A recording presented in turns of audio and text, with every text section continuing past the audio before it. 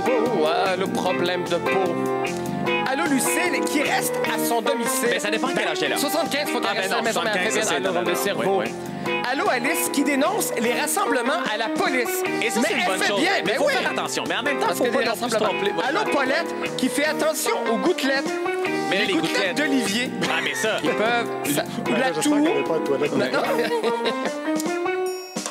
Allô?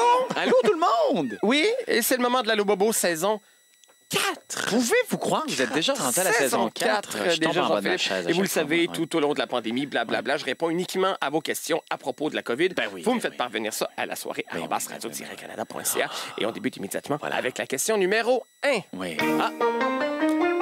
Est-ce que ça vous dérangerait de commencer avec la question numéro 4? Ah, aucun problème. Question numéro 4.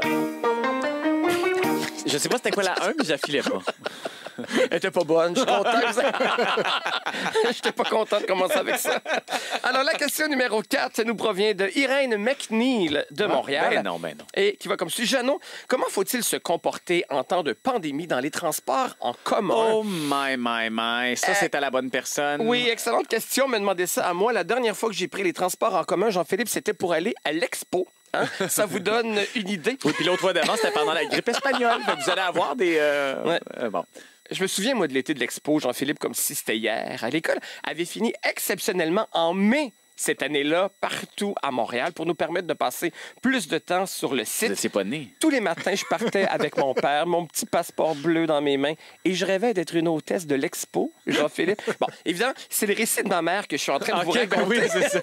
Depuis plus de 50 ans, ma mère me parle de l'Expo comme étant l'affaire la plus marquante qu'elle a vécue dans sa vie. Ben oui. Je pense que cette année, il va pouvoir renouveler son matériel d'affaires la plus marquante jamais vécue. Avant la pandémie, pour ma mère, il y avait 3 choses marquantes dans l'existence commune au Québec. Est-ce que la tempête du siècle? Oui! Ah! Je me La doutais bien. fameuse tempête du siècle, Ouais. l'Expo, bien Ben sûr, oui. et les boîtes à mal qui explosaient pendant la crise d'octobre. ben On a oui. beaucoup entendu, mais effectivement, la tempête du siècle, pendant laquelle sa cousine... Avait accouché. Oui, comment ça s'appelait? C'est pas d'Extras. Non, ça, c'est Daniel Dexter. Daniel Ça, c'est les Dexter, cousines ouais, de la ouais, prairie. ouais. Francine Viel. Francine Viel. Voilà. Est allée coucher à l'hôpital en skidoo. Jean-Philippe, la fameuse tempête du siècle Ben oui. en 1971. Je serais curieux de savoir, elle est rendue à quel âge la petite fille qui est née ce jour-là. On le saura peut-être jamais, Jean-Philippe. Mais c'est vrai, pour ma mère... pour ma mère, l'Expo, c'était pas de la merde. Elle a adoré le pavillon de la France. 53 ans plus tard, d'ailleurs. Elle est encore pognée les pieds dedans, le pavillon de la France. Mais pour en revenir à la question d'Irène McNeil, je vais vous répondre, même si effectivement, j'ai pas pris les transports collectifs depuis 25 ans. Vous devez savoir, Madame McNeil, qu'en empruntant le métro et l'autobus, bien sûr, vous allez être appelé à manipuler beaucoup de choses sur lesquelles le virus peut survivre. Combien de temps peut-il survivre sur ces choses? Une seconde, j'ai l'information ici. Oui, le virus sur les objets secs peut survivre un certain temps. Ah, enfin un expert Jean-Philippe, qui me voilà. répond. Merci. C'est une blague de Ionesco, ça. En entrant dans l'autobus... Mais c'est vrai? Ah. Dans la cantatrice chauve, Jean-Philippe, il y a des gens qui... Alors, en entrant dans l'autobus, par exemple, vous allez devoir mettre dans la grosse boîte de vitre à côté du chauffeur votre 50 sous en espèces ou votre ticket vendu en lisière de 6. Ensuite, vous allez devoir prendre la petite correspondance jaune et trouée que le chauffeur va vous remettre, Jean-Philippe. Donc, Cette chronique-là, vous l'avez pas mise à jour. Hein? donc, on fait quoi pour se protéger? Ben. Bon, pour éviter les manipulations de l'argent et des tickets, vous pouvez vous procurer une carte CAM mensuelle, Jean-Philippe. Vous êtes débile. Un 20 bien investi. Et si vous êtes vieux, vous pouvez utiliser la CAM à tarif réduit, mais pour y être éligible, vous devez aller vous faire prendre en photo à la station Berry de Montigny. Ça se trouve juste à côté de la toute nouvelle librairie Le Parchemin, Jean-Philippe. Soyez prudents et bon trajet. Mais plus sérieusement, bien sûr, on le répète tout le temps, la distanciation sociale. Distanciation. On le répète tellement. Le, On ne sait pas comment dire. le Purel, on prend les trains, les autobus et les tramways les moins achalandés, si c'est possible, bien sûr. Aussi, est-ce que c'est encore nécessaire de le dire? Si vous présentez des symptômes, vous prenez pas les transports en commun. En fait, vous prenez rien, à part votre mal en patience. Vous restez à la maison, point.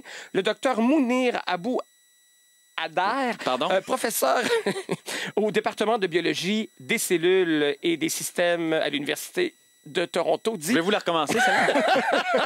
Vas-y. Mais non. Portez des lunettes si vous en avez. Ah oui? Ça peut peut-être nous protéger des petites gouttelettes, les fameuses gouttelettes qu'il y aurait autour de nous.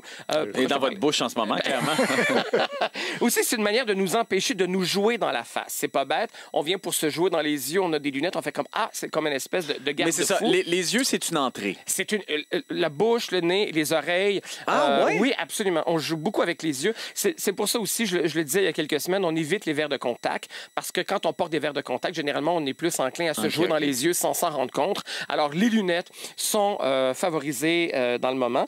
Bien sûr, si vous pouvez éviter les transports en commun, vous le pouvez, mais je sais bien sûr que c'est pas possible pour tout le monde. Et souvent, ceux qui sont encore obligés de prendre l'autobus et le métro, c'est souvent ceux qui le font pour se rendre dans des jobs dans lesquels souvent ils sont aussi en contact avec plein de gens. Alors, chapeau pour vrai à ceux qui se déplacent dans ces conditions-là pour continuer de faire fonctionner nos services essentiels. Et chapeau à tous ceux qui travaillent dans les transports en commun. On parle pas nécessairement d'eux. Les chauffeurs, les changeurs, le préposé à l'entretien de la station Lionel Group Communiqué. Merci. Vous autres aussi, vous êtes dans la gang de nos héros. Et ce moment d'émotion sincère vous a été présenté dans le cadre de quoi, Jean-Philippe? Dans le cadre du Allô Bobo. Oui! Merci beaucoup, Jean-Sébastien. Ouais. Avec une chance qu'on a pris la question 4, mais